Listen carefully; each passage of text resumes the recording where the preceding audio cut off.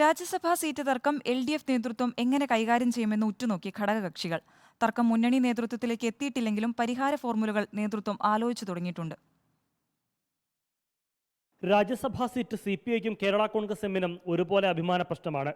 അക്കാര്യത്തിൽ ഇരു കൂട്ടരും വിട്ടുവീഴ്ചയ്ക്ക് തയ്യാറായേക്കില്ല.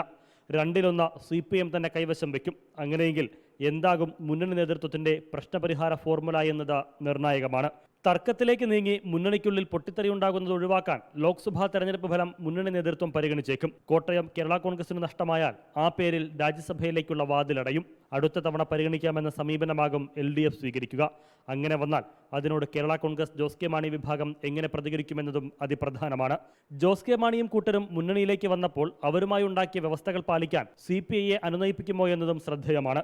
കേരള കോൺഗ്രസിന് വേണ്ടി തദ്ദേശ നിയമസഭാ തെരഞ്ഞെടുപ്പുകളിൽ വിട്ടുവീഴ്ച ചെയ്ത CPI ഇനിയൊരു ത്യാഗത്തിന് തയ്യാറാകുമോ എന്നതും കണ്ടറിയണം.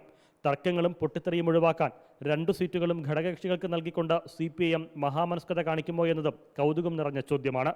റിപ്പോർട്ടർ, തിരുവനന്തപുരം.